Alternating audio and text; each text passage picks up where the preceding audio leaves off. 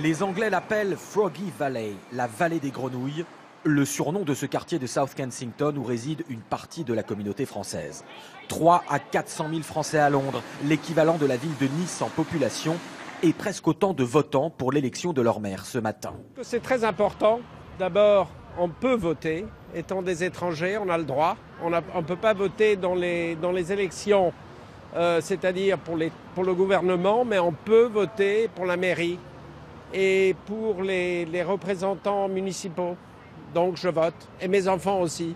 Des Français qui votent comme n'importe quel habitant en fonction des problèmes de leur quotidien et des solutions proposées. Je me suis exprimé sur ce que je crois important pour ma ville, qui est Londres. Et donc j'ai voté écologiste. Je suis cycliste. D'avoir des transports qui coûtent un peu moins cher, avoir un niveau de vie aussi tel que les habitations, d'avoir des habitations un peu plus abordables. C'est important et je pense que chaque voix est importante.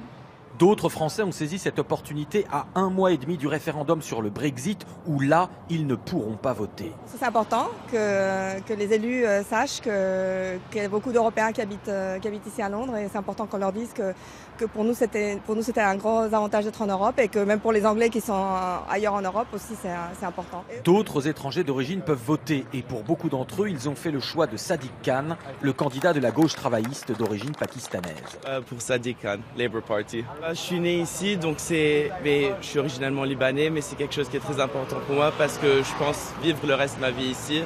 Donc il faut un changement, donc c'est pour ça que je suis venu aujourd'hui.